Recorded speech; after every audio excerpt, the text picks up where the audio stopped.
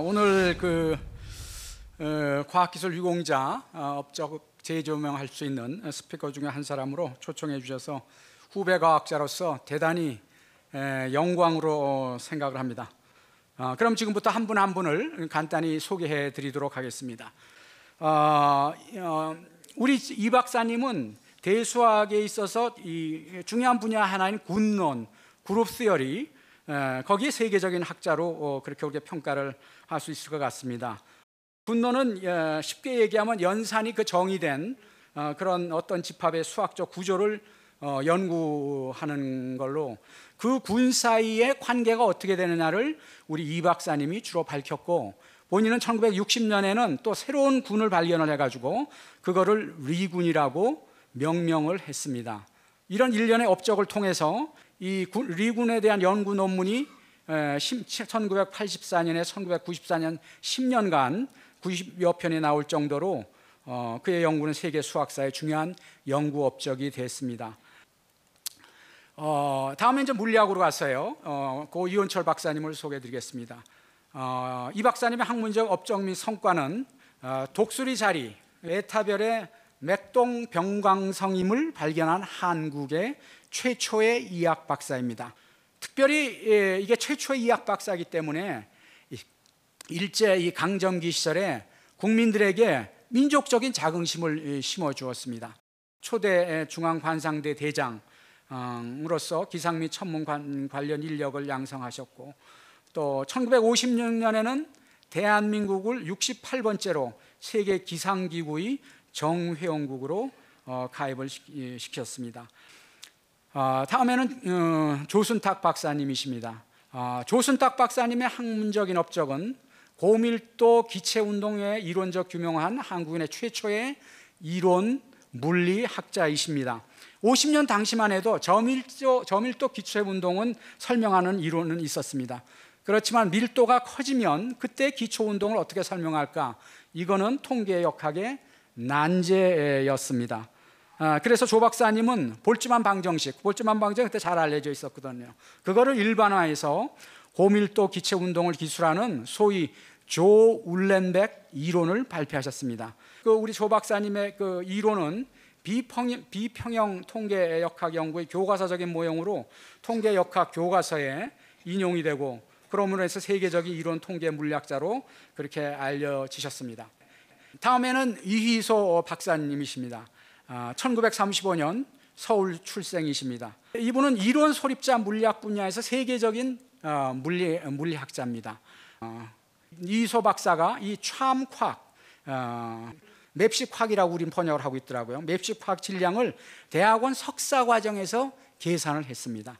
그래서 1979년에 노벨상 수상의 근거를 제공을 했습니다. 아마 살아가셨으면 노벨 물리학상을 저는 받았다고 생각을 합니다. 다음 분야는 화학에서 이태규 박사님, 한국인 최초의 이론화학 분야의 세계적인 학자이십니다. 촉매이론, 반응 속도론, 유변학, 레오롤로지, 액체 이론 분야의 탁월한 연구 성과로 당대 세계적인 학자인 아이링, 테일러 등과 함께 이론화학 분야를 선도하셨습니다. 특별히 이분의 대표적인 업적은 뉴턴 역학이 성립을 안 하는 분야가 있습니다. 그런 뉴턴 역학에 적용 안 되는 거기서의 이 비뉴턴 유동 현상을 설명하는 일반 이론을 제시를 했습니다. 그래서 이 아이링 이론이 분자 점성학의 기초가 됐습니다. 그래서 이런 일련의 연구 업적으로 1969년에 한국인 최초로 노벨 화학상 후보로 그렇게 추천이 되셨습니다. 안동혁 박사님은 우리나라 산업 기술과 공업 기초를 다진 응용화학자이십니다. 해방 직후의 산업 기술의 기반을 앞장서 닦은 대표적인 응용화학자로 일제강점기의 유지 연구, 또 전국적인 수자원 조사 등을 수행을 했는데, 이중 공업 용수 조사 사업은 그가 이룩한 중요한 성과로 그렇게 뽑히고 있습니다. 이 낙후한 국내 화공산업 기술의 발전에 초석이 되셨습니다. 다음에는 김동일 박사님이십니다. 김동일 박사님은 인견사 재종 방법을 최초로 개발한 화학 섬유계의 선구자십니다. 국내 최초로 비스코스 인견사 공장을 건설하고 개발을 하셨습니다. 또 원자력에도 관심이 있으셔서 원자력 발전의 초석을 마련해 주셨습니다. 김순경 박사님은 이론 물리학 분야의 세계적인 그런 화학자이십니다. 그래서 많은 것을 타치로 하셨는데 특별히 군론, 아까 우리 수학에서도 군론을 말씀드렸죠. 그 군론을 화학의 대칭성 또 이 결정의 대칭성에 응용을 한 그런 군론을 정립을 하셨습니다. 그래서 1963년에 IUPAC 입회를 하는데 이분이 결정적인 역할을 해주셨습니다. 이제 마지막으로 지구과학의 정창희 박사님 말씀드리겠습니다. 우리나라 층서학 연구의 선구자이십니다. 지질의 지층을 연구하는 그런 분야죠. 그래서 특별히 강원도 지역의 고생대 층서를 처음으로 규명을 하셨고 한국 최초의 탄전지대 층서 계보를 확립을 하셨습니다. 대한민국 기초과학 발전에 초석이 되어주신 자연과학 분야 유공자분들 또 지원해 주신 가족분들께 충심으로 존경과 감사를 드리면서 저희 후배 과학자들이 기초과학의 꽃을 피워가도록 하겠습니다. 여러분 감사합니다.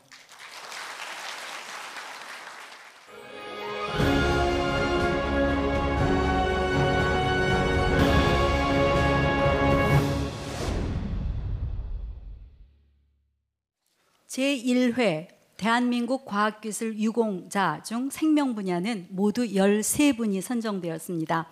이분들의 헌신으로 우리 국민의 건강 증진, 농업의 발전, 그리고 생물학의 발전의 밑거름이 되었습니다. 우선 권이혁 서울대 명예교수님이십니다. 우리나라의 한국형 보건학을 정착시킨 선구자적인 업적을 이루었습니다. 뿐만 아니라 1960년 당시 급격히 인구가 증가하므로 인구 및 가족계획 사업을 추진한 그런 업적도 크십니다. 이로 인한 사회 경제적 문제를 해소하기 위해서 가족계획 사업을 주도적으로 추진하셨습니다. 다음은 고 김수지 이화여자대학교 명예교수님이십니다. 한국 최초의 간호사, 간호교육사, 교육자이십니다. 국내 최초로 간호학 박사 과정을 또 국내에 설립을 하셨습니다. 자원봉사자 교육과 조직을 구성하고 한국형 호스피스 모델을 개발하셨습니다. 사람 돌봄 이론을 개발을 하셨고요. 정신보건 간호사 훈련 과정을 개설하셨습니다. 다음은 박노희 UCLA 석학 교수님이십니다.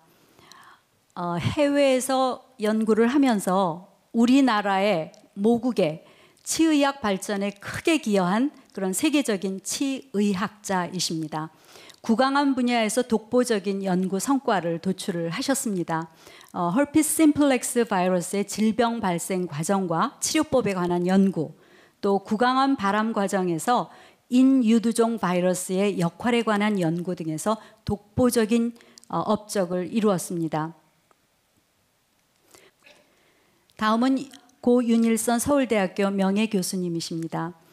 윤 교수님은 한국 최초의 병리의학자이십니다. 우리나라 병리학의 탄생 또 발전을 주도하셨고요. 한국 최초의 병리학자로서 서양의학 연구의 토착화에 크게 공헌하셨습니다. 우리나라 사람에게 발생하는 그 당시 많이 어려움을 겪었던 기생충병인 힐라리아종의 상피종 악성 종양을 연구를 하면서 한국인 최초로 캔서 리서치라고 하는 유수한 영문 국제 학술지에 한국인 암에 관한 통계를 발표하였습니다. 다음은 이 자리에 계신 이호왕 고려대 명예교수님이십니다. 이호왕 교수님은 한국의 파스테르라고 일컫습니다. 유행성 출혈열을 퇴치하셨죠.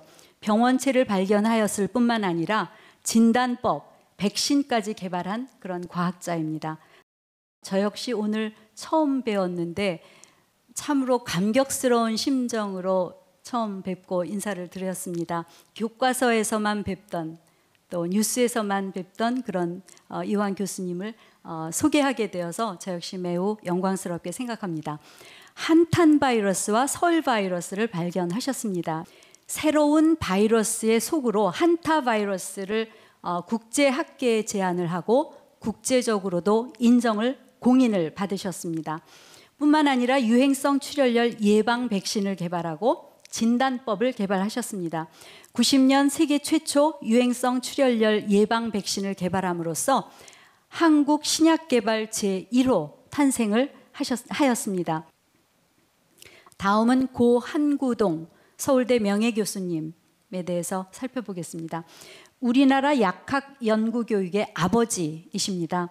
약용식물과 천연물 연구를 개척을 했고요. 그 당시 우리에게 꼭 필요했던 우리 민족의 식생활과 위생 문제 연구에 매진하셨습니다. 8.15 해방을 맞기 전 15년간 국내 유일의 약학 관련 연구기관이었죠. 위생시험소에서 근무를 하셨습니다. 이 기간 동안 우리나라 약학 근대화의 기반을 구축하고 좌표 설정을 위한 선도적인 그런 역할을 수행하셨습니다. 다음은 고 석주명 선생님이십니다. 한국의 파브르라고 일컬어지는 석주명 선생님은 세계적인 나비 분류학자로 평가를 받고 있습니다. 나비의 개체 변이 연구로 우리나라 생물학, 분류학의 학문적 토대를 마련을 했고요. 생물 분류학의 기틀을 마련한 선구적인 그런 생물학자로 세계적으로도 인정받는 국내 자연과학자이십니다. 각각의 종들에 대한 분포 연구뿐만 아니라 그 이름들의 유래를 찾아서 나비들의 우리말 이름을 정리하셨습니다. 다음은 이 자리에 계신 조완규 서울대 명예교수님이십니다. 조완규 교수님은 제1세대 생명과학자이십니다. 과학기술의 발전뿐만 아니라 교육 발전에도 크게 기여하셨습니다. 발생생물학 분야를 개척하셨습니다. 조금 이제 어려운 단어들이 좀 나오겠는데요. 배양 중인 포유류, 미성숙 난소에 대해서 뇌 호르몬이 영향이 있다는 것을 측정을 하셨고요. 사이클릭 AMP가 생체 외에서 인비트로에서 배양 중인 난자 성숙 억제 물질임을 발견을 하셨습니다. 뿐만 아니라 미세관 배양법을 개발하셔서 배양 비용을 대폭 절감함으로 세계 학계가 주목하였습니다. 이 방법의 활용으로 발생 생물학의 발전에 획기적인 기여를 하셨습니다. 다음은 고 우장춘 박사이십니다. 다윈의 진화론을 보완하는 종의 합성 이론을 증명하였습니다.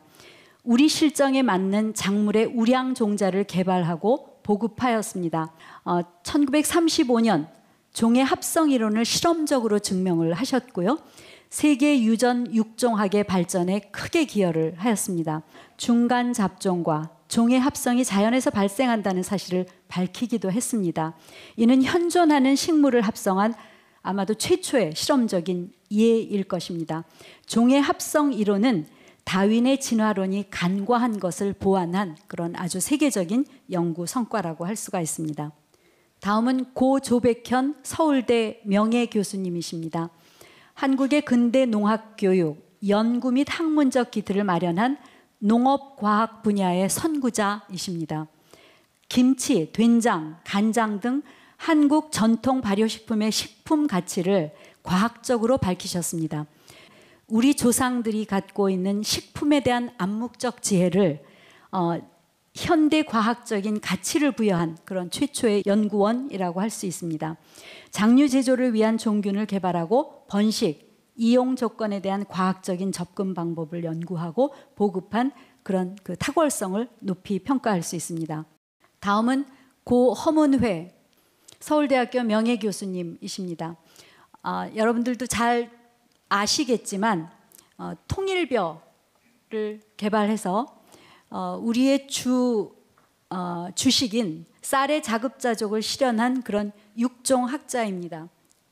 1960년, 70년 당시 거의 불가능하다고 여겨졌던 유전적으로 거리가 먼 세 가지 종을 교잡한 그런 삼원 교잡을 통해서 통일벼를 개발하셨습니다. 우리 역사상 최초로 주 곡식인 쌀의 자급자족이 가능하게 되었고요.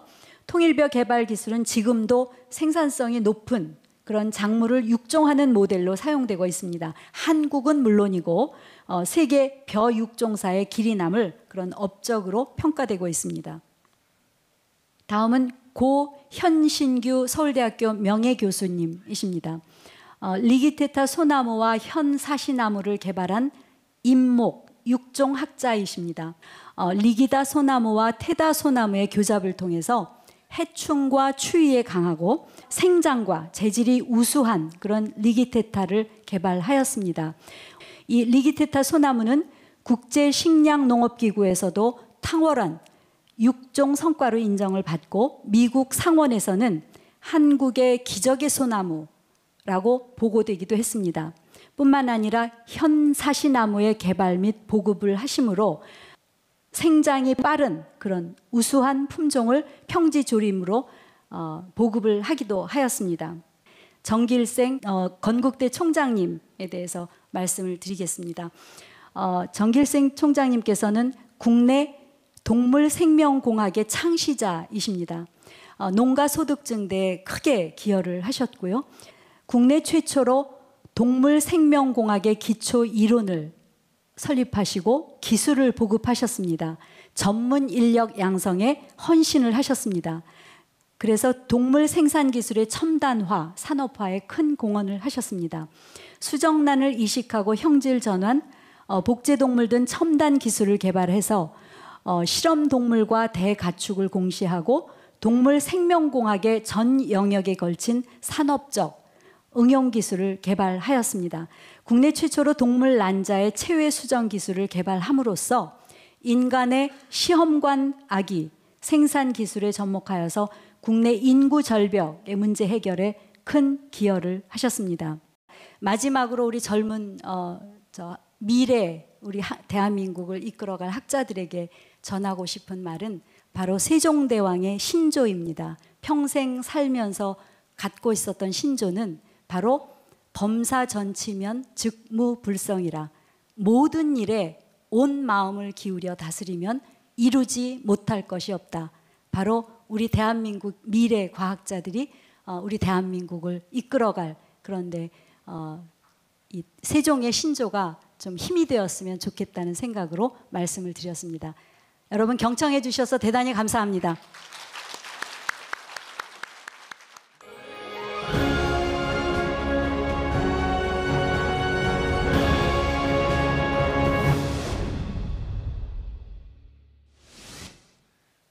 빼어난 과학기술 유공자 여러분들 모신 이런 날에 이렇게 말씀드릴 기회를 갖게 돼서 대단히 영광으로 생각합니다. 공학 분야입니다. 뭐 어느 도시나 이제 자기네 도시에 관광 오라고 이렇게 나오는데 울산 12경 보시면은 공단 야경이 들어갑니다. 그 화학공업 단지를 만드신데 크게 기여하신 분이 오늘 이제 첫 번째로 제가 말씀드리고자 하는 이재성 서울대 명예교수님, 전 학장님이시죠. 우리나라 최초로 구미식 화학 교육을 도입한 선구자십니다. 국산 무연탄에서 인조 석유를 합성하고 이와 같은 화학 공정의 개발사를 통해서 실제 기업에도 많이 기여를 하셨습니다. 그리고 특히 대한민국 최초로 구미식 화학공학의 교육을 시작하고 화학공학회를 창설해서 유능한 화학공학 인재 양성에 크게 공헌하셨습니다. 대한민국 과학기술 발전에서 빼놓을 수 없는 일이 키스트죠. 키스트 하면은 또 바로 그냥 우리가 기억할 수 있는 분이 최형섭 박사님이시죠. 키스트를 만들고 그야말로 뭐 대한민국 국가에서 과학기술 행정의 틀을 만들어 주신 분입니다. 과학기술연구소 키스트 초대 소장, 과학기술처 장관으로 7, 8년을 아마 근무하신 것으로 그렇게 알고 있습니다. 원자력 연구소장, 키스트 소장을 역임하면서 우리나라 산업기술 개발에 기틀을 마련하셨다라는 것이 이건 뭐 당연히 참 큰 공로, 우리가 기려야 할 공로라고 믿습니다. 그리고 우리나라 재료공학 엄청 발전했습니다. 포스코는 지난 8년간 전 세계에서 가장 경쟁력 있는 철강 회사로 뽑혔습니다. 그런데 있어서 이론적인 이런 틀을 만들어 주시고 인재를 양성해 주신 우리 윤도경 카이스트 명예교수님, 당연히 우리 빼어난 과학기술자로서 모시는 것은 너무 당연한 것 같습니다. 여기 윤도경 교수님의 학문적, 업적 및 연구개발 성과는 이건 제가 자세히 설명드릴 수 있습니다. 왜냐? 제가 윤도경 교수님 제자이기 때문에 뭐 한 2시간 자세히 설명드릴 수 있지만 다음 기회로 하겠습니다. 기억에 남는 말은 연구를 재밌게 해라. 재밌게 살기 위해서 연구하는 거다. 그럼 맨날 재밌게 해라 했는데 한참 하다 보니까 조금 진짜 이것도 재미있는 일이로구나 라는 그런 생각을 하다가 요즘은 영 딴짓만 하고 있습니다. 1968년에 처음 현대자동차가 만들어졌을 때 3,500대를 생산했다고 합니다. 50년 만에 전 세계 네 번째, 다섯 번째 가는 엄청난 회사로 발전했습니다. 여기에는 뭐 기계공학 하시는 분들의 엄청난 기여가 있었죠. 그 중에 우리 염영하 교수님 기계공학자로서 기계공학도, 빼어난 기계공학도를 많이 만들어 배출해 주셨습니다. 기계학회장 하셨고요. 그 참 훌륭한 그런 업적과 우리 민족에 대한 그런 애정이 있었고 자랑스러운 일들을 많이 하신 것 같습니다. 우리나라 금속재료공학 및 제조기술의 발전에 크게 기여하셨고요. 실제로 종을 많이 만드셨습니다. 실제로 우리나라에 현재 있는 종들을 굉장히 많이 제작하셨습니다. 우리나라 조선공업은 진짜 이것도 진짜 기적인데요. 여기 김재근 서울대학교 명예교수님이 이 분야를 이끌어 주셨습니다. 우리나라 조선공학의 창시자, 그리고 여기 계속 나옵니다만 우리나라 고유 한선, 한국의 배란 얘기입니다. 한선의 선형을 규명했고 조선학교를 창립하시고요. 하여튼 저는 이분 모시고 말씀 들은 건 거북선 얘기밖에 없습니다. 그리고 거북선이 얼마나 자랑스러운 것인가에 대해서 제가 아주 그거는 지금도 진짜 자랑스러운 일인 것 같습니다. 그 다음에는 뭐 조선 분야에서 오늘 우리 자리 같이 함께 하고 계신 민계식 회장님, 그야말로 세계 최고의 스스로 조선 해양 기술자이면서 경영자십니다.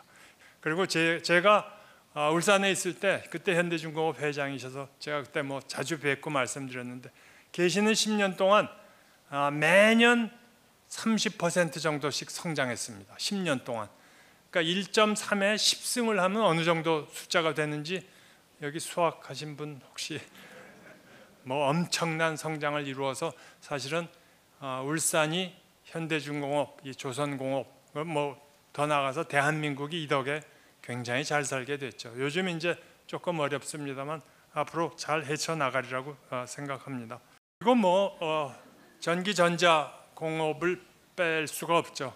이게 등록문화재입니다. 1959년에 금성 라디오, 우리나라에서 처음 나온 라디오입니다. 아마 이 모습을 기억하시는 분도 꽤 계실 것 같습니다. 이렇게 시작한 전자공업이 대한민국을 그야말로 먹여 살리고 있지 않습니까? 거기에 첫 번째로 저희가 한만춘 연세대 명예교수님을 기려야 할 것 같습니다. 대한민국 최초로 아날로그 컴퓨터를 제작하신 분입니다. 이어른이 만든 이 연세 101 아날로그 컴퓨터, 이게 문화재입니다. 지금 문화재로 등록돼 있는 것이고요. 그 옛날에 어떻게 이런 일을 하셨는지 참 존경스럽습니다. 그리고 뭐 삼성을 뺄 수가 없겠죠.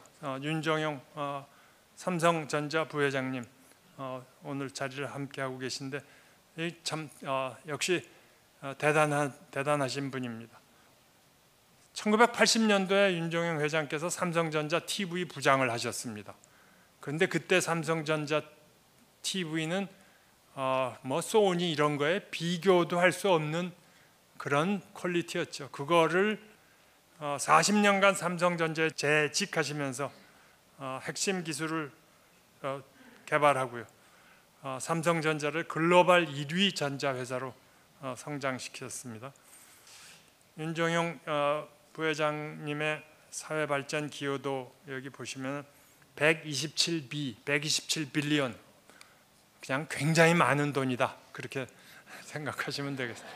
국가를 위해서 이렇게 어마어마한 부를 만들어내셨고 2009년 하버드 비즈니스에서 글로벌 최고의 CEO 두 번째로 선정되신 그런 자랑스러운 성과를 갖고 계십니다. 그리고 우주 개발 분야에 이렇게 따로 하긴 하지만 그럼 거의 저는 전기 전자 분야에 모셔도 좋을 것 같습니다. 최순달 교수님, 우리나라 최초의 인공위성 우리 별의 아버지, 그리고 사실은 TDX인가요? 그 우리나라 통신 교환기 개발하는데도 굉장히 큰 역할을 하셨죠. 최순달 교수님 우리 별 1호 갈 때, 이것이 발사될 때 모두들 이렇게 가슴 두근두근하면서 쳐다본 그런 기억들을 갖고 계시리라고 믿습니다. 최순달 교수님 국가사회발전 기여도, 대한민국 IT 강국에 초석을 놓으셨다. IT 강국의 첫 발을 내딛는 중요한 전환점을 마련했다. 이의가 없는 것 같습니다.